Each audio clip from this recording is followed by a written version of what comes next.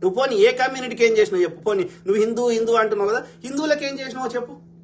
నరేంద్ర మోడీ గారు నువ్వు చేసిన ఒక్క పాలసీతోటి హిందువులకు జరిగిన మేలు ఏంది? కాంగ్రెస్ వాడు ఏది హిందువులకు చేసిన కీడు ఏంది? కాంగ్రెస్ వాడు కట్టినటువంటి నాగార్జున సాగర్ కింద కానీ ఆ యొక్క శ్రీశైలం కింద కానీ పంటలు పండించుకున్న రైతులు హిందువులు కాదా? చెప్పండి. కాంగ్రెస్ వాడు స్థాపించినటువంటి ఐఐటీలో చదువుకుంటున్న వాళ్ళు హిందువులు కాదా? కాంగ్రెస్ వాడు పెట్టిన ఎయిమ్స్లో చదువుకుంటున్న వాళ్ళు హిందువులు కాదా? కాంగ్రెస్ వాడు పెట్టిన ఎల్ఐసి, బిఎస్ఎన్ఎల్, వైజాగ్ స్టీలు అందులో పనిచేస్తున్న ఉద్యోగులు హిందువులు కాదా? కాంగ్రెస్ హిందువులకు చేసిన ద్రోహం ఏంది? బీజేపీ వాడు హిందువులకు చేసిన మేలు ఏంది? చెప్పండి. 10% ముస్లింస్ హిందువులు ఎందుకు కొడతారు? మేము వందల వేల సంవత్సరాల నుంచి అన్నదమ్ములు లెక్క బతికినాం. ఎంతో కొంతమంది ముస్లిం రాజులు ఆ కాలంలో బలవంతంగా మత మార్పిడి చేద్దామని ట్రై చేసినా 84% హిందువులు ఎట్లున్నారు భారతదేశంలో? నిజమైన హిందూ కన్వర్ట్ కాడు, నిజమైన ముస్లిం కన్వర్ట్ కాడు. అర్థమైందా? ఒక మతాన్ని నిజంగా నమ్మేటోడు కన్వర్ట్ కాడు. ఆ కొద్ది మంది దళితులు ఎందుకు కన్వర్ట్ అయినరు? ఈ బ్రాహ్మణ వాడు పెట్టినటువంటి మనువాదం వల్ల, వివక్ష వల్ల, నువ్వు ఈ యొక్క సమానంగా చూడకపోవడం వల్ల, ఊరికి దూరంగా పెట్టడం వల్ల, రథాన్ని బట్టలు లేకుండా రథాన్ని గుంజడం వల్ల, నీ వర్ణ వివక్ష వల్ల, మనువాదం వల్ల, ఊరికి దూరంగా పెట్టడం వల్ల, ఎలాంటి యొక్క అన్ని నీచమైన పనులు వాళ్ళతో చేయించడం వల్ల ఈ అవమానంగా బతకడానికి ఇష్టం లేక కొద్దిమంది దళితులు కన్వర్ట్ అయ్యారు. ఈ వివక్షను పెంచి పోషించి నువ్వే కదా. నువ్వేమో ఇక్కడ వివక్షను చూపెడుతున్నావు, వాళ్ళు సమానత్వం చేస్తున్నారు. చెప్పండి మిత్రులు, దయచేసి మీకు దండం పెడతా.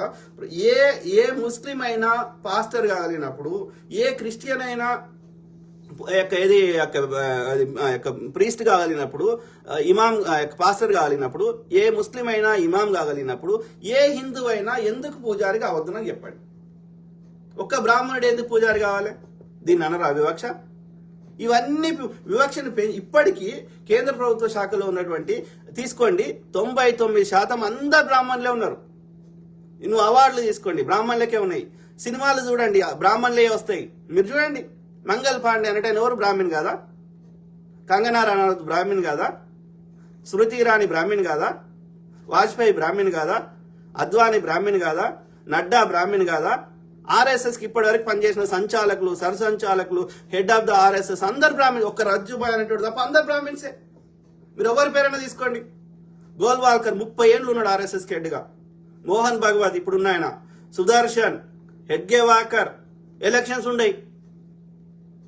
ఏది ఏ రంగమన్నా తీసుకోండి, ఈ జడ్జిలు తీసుకోండి, సుప్రీంకోర్టు జడ్జిలు తీసుకోండి, హైకోర్టు జడ్జిలు తీసుకోండి, అంత ప్రాపణలే. స్టాలిన్ గారు చేసినట్టు చెయ్యండి రా అయ్యా. తెలంగాణ ముఖ్యమంత్రికి చెప్తున్నా, ఆంధ్రప్రదేశ్ ముఖ్యమంత్రికి చెప్తున్నా, ఏది బీసీ ఎస్సీ ఎస్టీలను కూడా వాళ్ళని కూడా గుళ్ళ పూజారయ్యే చట్టం తెండి. తమిళనాడు తేవడం జరిగింది, ఆ విధంగా తెండి. అందరం సమానం, అందరం 99% ట్యాక్సులు కడితేనే ఆ ఖజానా నిండుతుంది, రాష్ట్ర ఖజానా అయినా కేంద్ర ఖజానా అయినా. ఎందుకు మరి ఈ వివక్షను ఎందుకు ఎన్నేళ్ళు పోషిస్తావు? ఇట్లా నేను వాస్తవాలు చెప్తే, ఇట్లా మాట్లాడితే, హిందువుల దగ్గర ట్యాక్స్ తీసుకున్నప్పుడు హిందువులకు ఏం చేసినా అడిగితే వాడు నాకు ఇచ్చే అవార్డు ఏంది? బీజేపీ వాడు వాట్సాప్ యూనివర్సిటీలో చెత్త నింపేదేంది? నా పేరు కాంగి, నా పేరు దేశద్రోహి, నా పేరు గొర్రెబిడ్డ, నా పేరు ఇట్లా బురదలుడు.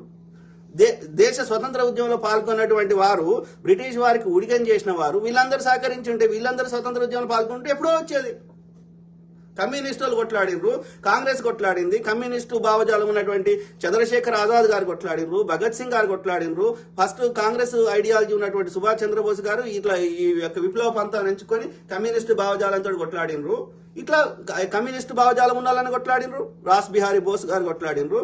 లేదు అంటే కాంగ్రెస్ భావజాలం ఉన్నవారు అహింసా పద్ధతిలో శాంతియుతంగా కొట్లాడినరు. కాంగ్రెస్ వాడు కమ్యూనిస్ట్ కొట్లాడి బ్రిటిష్ వ్యతిరేకం కానీ ఒక్క సావర్కర్, ఒక్క ఎడ్వేకర్ కొట్లాడలేదు.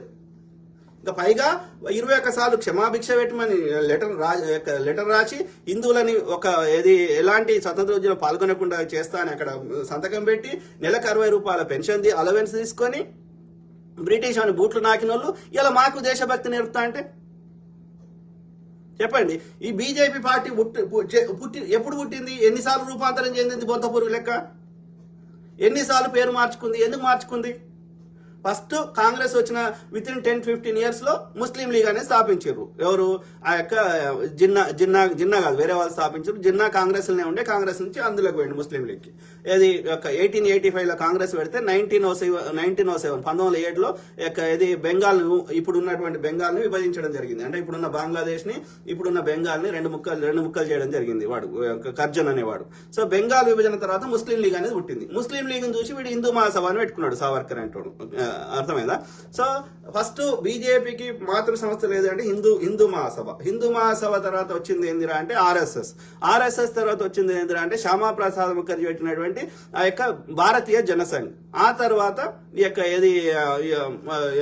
జనతా పార్టీ తర్వాత వచ్చింది 1980లో పుట్టింది భారతీయ జనతా పార్టీ. పెట్టింది ఎవరు? వాజ్పేయి అండ్ మహోపాధ్యాయ అంటే ఆయన. ఇద్దరు బాపనోళ్ళే, ఆర్య బాపనోళ్ళే. అర్థమైందా?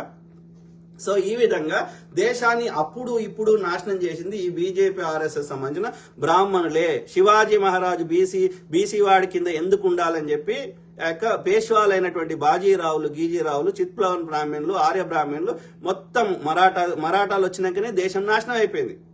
అర్థమైందా?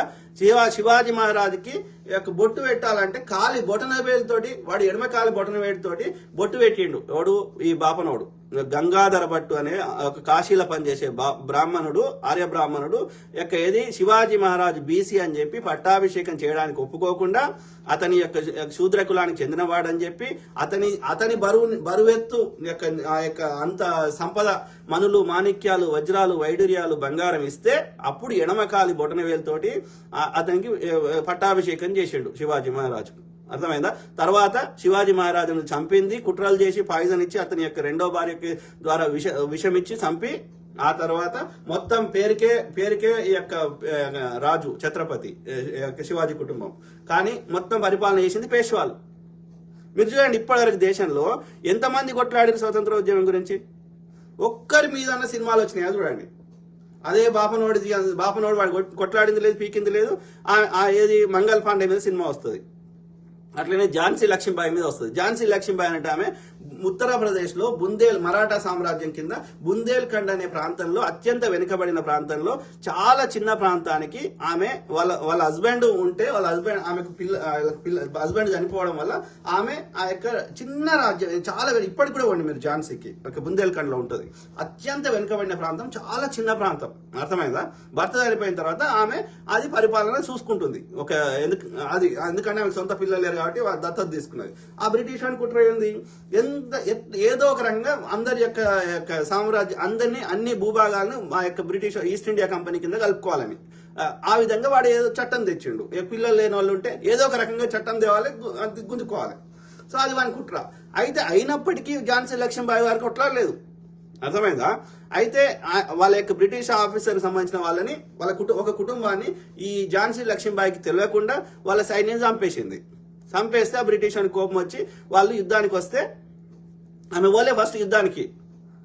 వాడు చట్టం తెచ్చిన, డల్హౌసీ చట్టం తెచ్చినా గానీ దానికి అంగీకరించినప్పటికీ ఈమె యొక్క ఆర్మీ, ఆ యొక్క బ్రిటిష్ ఆఫీసర్ వాళ్ళ కుటుంబాన్ని చంపినప్పుడు బ్రిటిష్ వాడు యుద్ధానికి రావడం వల్ల ఆమెకు విధిలేని పరిస్థితుల్లో యుద్ధానికి పార్టిసిపేట్ చేసింది. అయితే ఈ యొక్క ఝాన్సీ లక్ష్మీబాయి వాళ్ళ ఆమె యొక్క సైన్యాధ్యక్షుడు ఎవరు? మీర్ బక్షి. మీరు ఝాన్సీకి వండి ఆమె చనిపోయిన పక్కకే ఉంటుంది ఆయన సమాధి కూడా. అట్లనే ఝాన్సీ లక్ష్మీబాయిని కాపాడడానికి జజ్జరీబాయి అనేట ఆమె ఒక దళిత స్త్రీ, ఈమె మారువేషం లేచి తను ప్రాణార్పణ చేసుకొని ఆమెను కాపాడింది. వీళ్ళందరి చరిత్ర ఎక్కడ రాదు. చరిత్ర బాపనోందే వస్తుంది. టిప్పు సుల్తాన్ అంటే ఆయన ఇదే మైసూరు సామ్రాజ్యం. ఈ టగ్గులు అనేది మెయింటైన్ చేసేవారు, పిండారీలు అనేవారు. వాళ్ళు రెగ్యులర్ గా కొంతమంది వ్యవసాయం చేసుకుంటారు ఈ మరాఠాల కింద. భారతదేశాన్ని నాశనం చేసిందే మరాఠాలు. ఈడ నిజాంని ఇబ్బంది పెట్టిండ్రు, టిప్పు సుల్తాన్, ఈ బాపనోళ్ళే, బాజీరావు, గీజీరావు, ఈ పేష్వాలే ఎంత ఘోరంగా ఇబ్బంది పెట్టిండ్రంటే దేశంలో ఎవ్వరిని బతకనియలే. ఇవాళ బెంగాల్లో ఈ మత కల్లోలాలు సృష్టించింది బ్రిటిష్ కాలం. బ్రిటిష్ వాడు అంటే ఈస్ట్ ఇండియా కంపెనీ ఇంకా అధికారం రాకముందు చెప్తున్నాం ముచ్చట. ఔరంగజేబ్ చనిపోయిన తర్వాత నుంచి ఈ యొక్క బ్రిటిష్ వాడు వాడి యొక్క ఈస్ట్ ఇండియా కంపెనీ పరిపాలన వచ్చే కంటే ముందు ఆ మధ్యల కాలంలో అంటే 1707 నుంచి 1750 మరాఠా సామ్రాజ్యం అంతమయ్యేంత వరకు మొత్తం దేశాన్ని అల్లకల్లోలం చేసి పెట్టిండు ఈ యొక్క వీడు. వాడు యొక్క డైరెక్ట్ యుద్ధం చేయడు, మైదానాలకు వచ్చి యుద్ధం చేయడు.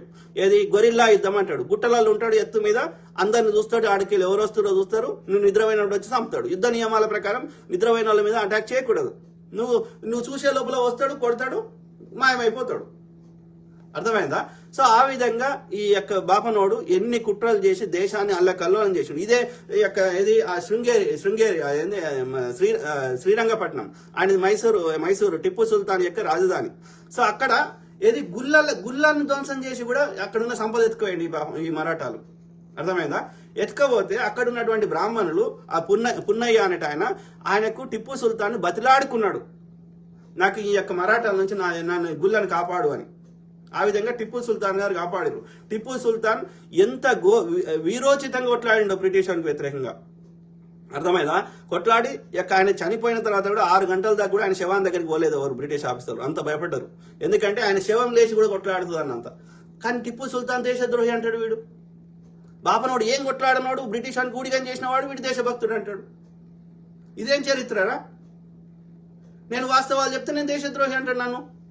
నువ్వు ఓడిరా? ఒక సైంటిఫిక్ టెంపర్ ఉన్నది, ఒక విషయ పరిజ్ఞానం ఉన్నది, ఒక సబ్జెక్ట్ మాట్లాడవు, అలా పుస్తకాలు ఉన్నది వేరుంటది, వీడు చెప్పేది వేరుంటది.